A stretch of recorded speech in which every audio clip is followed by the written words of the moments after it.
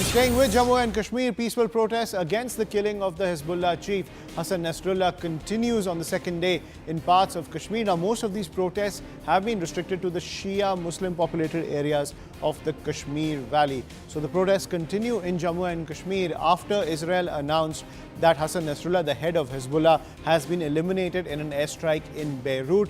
And you can feel the reverberations in Jammu and Kashmir where the elections are also underway, ladies and gentlemen. So this is some troubling news coming in from the Kashmir Valley, where you can see those visuals on your screen. Support for the Hezbollah chief in the Kashmir Valley and solidarity also being shown by former chief ministers of the state, of the erstwhile state, like Mehbooba Mufti, who has now called off the campaigning of the PDP for the day when it comes to the assembly elections. To get more details and the pulse from the ground in the wake of the Hezbollah chief's death in Beirut, I'm joined by my colleague Ishan Wani on the broadcast. Ishan, over to you. Well, yes, this is the second day when protests have continued in parts of Kashmir. While these are primarily those belts which are Shia dominated. And there you had yesterday, when the news broke out, they came out on the streets peacefully protesting, and there were men and women in different groups protesting in several parts of Kashmir Valley, including Srinagar's old city. We saw that they were holding pictures and placards. Pictures had, Hezbollah chief's pictures on him, and they were rallying in protest and solidarity with the people in Gaza and Palestine. And then you also have today again, there are women and men which have been protesting and, raising slogans which are anti-Israel and anti-US slogans. But police has been deployed at several key locations where, expected protests where the police had expected a protest would take place. And that's why today even the Inspector General of Police Kashmir chaired a meeting to see how the law and order is doing, and several directions were also passed to ensure that there is no, any untoward incident that might occur. But these protests have been by and large peaceful. They have happened in Budgam, they have happened in North Kashmir, they have happened in Srinagar and Central Kashmir parts. But by and large, they have been peaceful. They have been rallying, but police has been deployed in number and strength to ensure that there is no harm to the peace in Jammu and Kashmir, because elections are going to take place, and the third phase of elections is just few days ahead of us. Right, and at the same time, Ishan, do you see this also filtering into the election narratives? There are certain pockets. Yesterday you saw the National Conference's candidate in North Kashmir. He held a prayers in absentia for the Hezbollah chief. Then you also have certain, political party leaders who have, called off their campaigning. So star campaigners for the National Conference like Agarwal, who's the member of Parliament from Srinagar, he also has called off his campaigning for the third phase. There are other political party leaders who have stopped their campaigning. But this might be, a little effect on those areas or those pockets where the Shia vote or Shia domination is there. It might affect the voting there, but whether or not that happens, we have to wait and see. But yes, for now, it's all peaceful.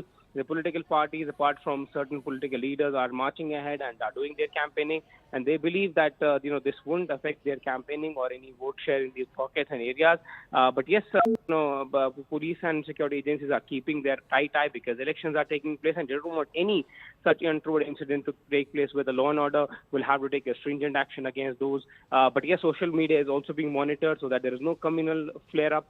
Cyber police has already issued warning and has asked people that they are monitoring social media platforms to ensure that there is no threat to any communal, that there is no threat to the peace and prosperity in Jammu and Kashmir. Right. So given the fact that elections are underway in the Kashmir Valley, support for the slain Hezbollah chief coming up in parts of the Kashmir Valley, also endorsement coming in from several former chief ministers of Jammu and Kashmir, including Mehbooba Mufti, who has said that she stands in solidarity with the people of Lebanon and Gaza, showing solidarity with the Hezbollah as the Hezbollah chief has been eliminated by Israel in that airstrike in Beirut, and the PDP now calling off its campaign for the day. Let's listen into more reactions coming in.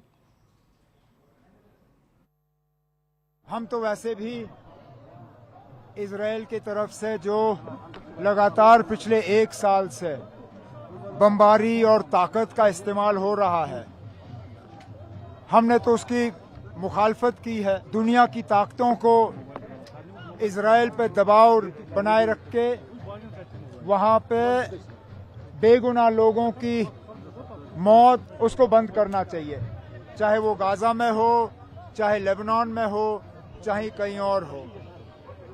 जो कल हुआ उसके बाद ऐसा लगता है जैसे पूरे क्षेत्र में अब जंग के बादल जो हैं नज़र आ रहे हैं। हिंदुस्तान की हुकूमत को, हिंदुस्तान के वज़ीर आज़म को, बाकी मुल्कों के लीडरान को इजराइल पर दबाव बनाए रख के वहाँ दोबारा अमन कायम करने की मुकम्मल कोशिश करनी चाहिए। उनकी शहादत पर जितना भी अफसोस किया जा सकता है वो कम है। वो शहीद मुकावमत